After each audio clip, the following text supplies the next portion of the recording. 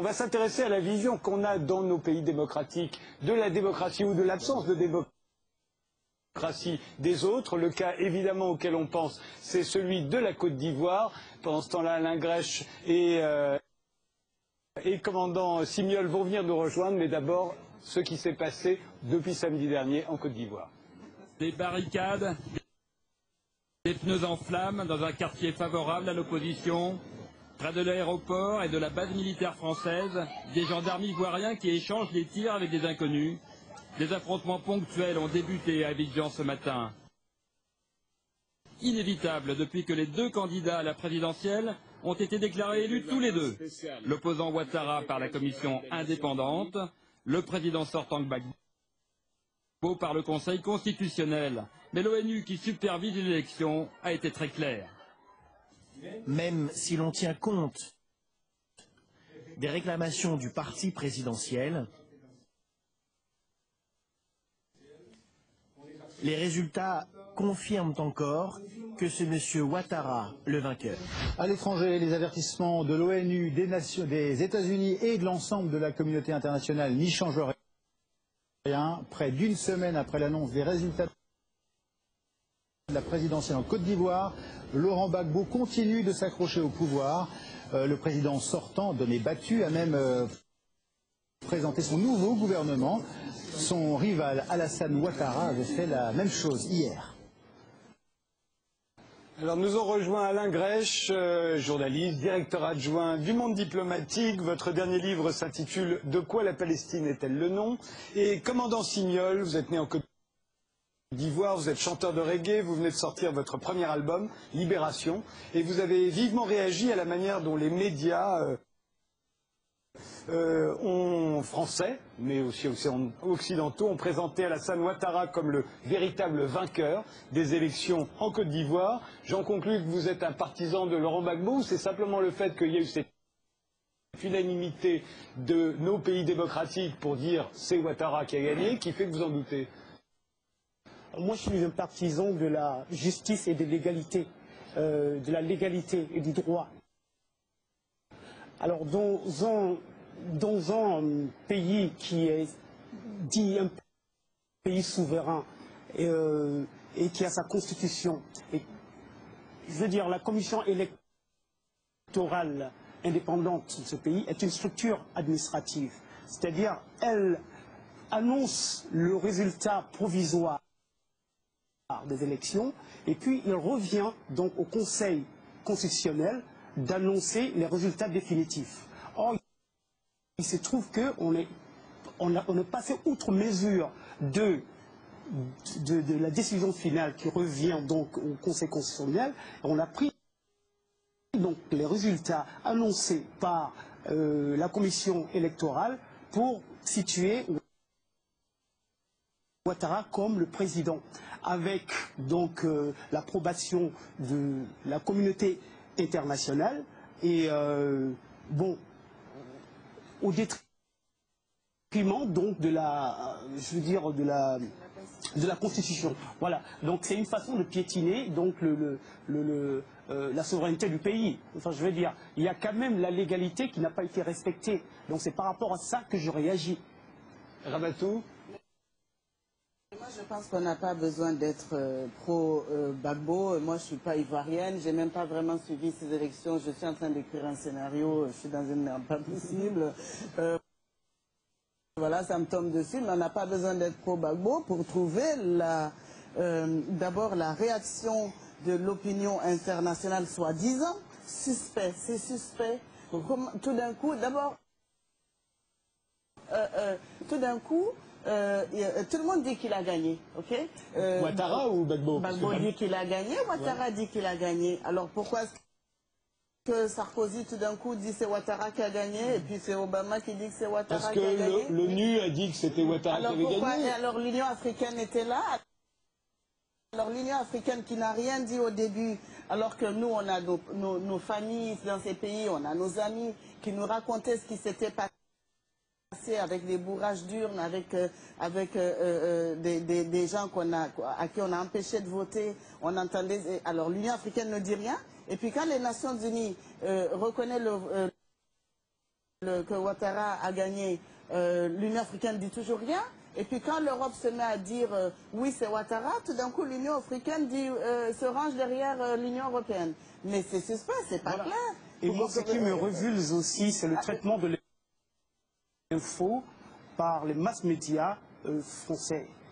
Donc la majeure partie des médias français aujourd'hui du régime actuel, qui est néolibéral, on le sait, et qui est forcément favorable à l'impérialisme, donc annonce donc la victoire incontestable de Ouattara. Et, parce que c'est un ancien du FMI, vous pensez? C'est obligatoire, c'est évident. Justement. Enfin, en tout cas, l'Occident aime bien Ouattara, ça se voit. Moi, je crois que ce qui est intéressant, c'est de savoir et de comprendre pourquoi notre discours occidental sur la démocratie insupporte et révolte de plus en plus dans beaucoup de pays. Et je vais donner un exemple. Moi, je connais plus le Proche-Orient que l'Afrique. Je veux dire, on vient de sortir d'élections en Égypte. Qui ont été... Oui, mais aussi le monde arabe.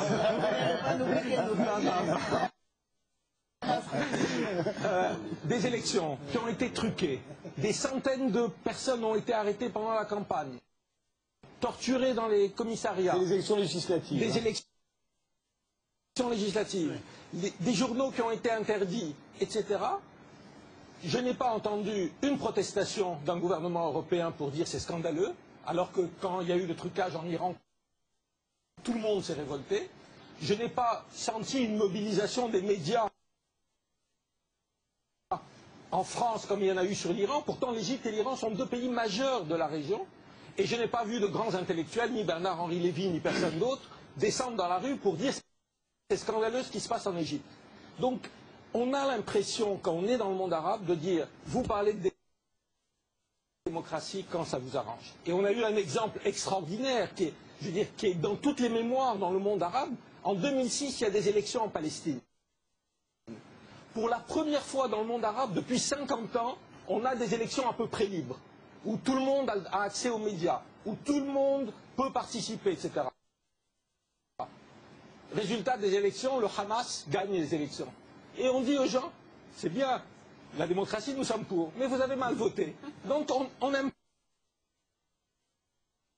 pas ça. Et deuxièmement, non seulement vous avez mal voté, mais on va vous punir pour avoir mal voté, parce qu'on va prendre des mesures de sanctions qui ne touchent pas le gouvernement constitué par le Hamas, mais qui touchent l'opinion publique. Dernier exemple, et j'en termine là, c'est aussi le monde arabe et l'Afrique, c'est la Tunisie. On a un régime dictatorial où le président est réélu tous les 4 ans, 5 ans dans des choses qui rappellent Ceausescu, où la torture est aussi une pratique régulière. Vous avez entendu beaucoup de protestations du gouvernement français. Comment vous voulez que quand l'Europe ou la France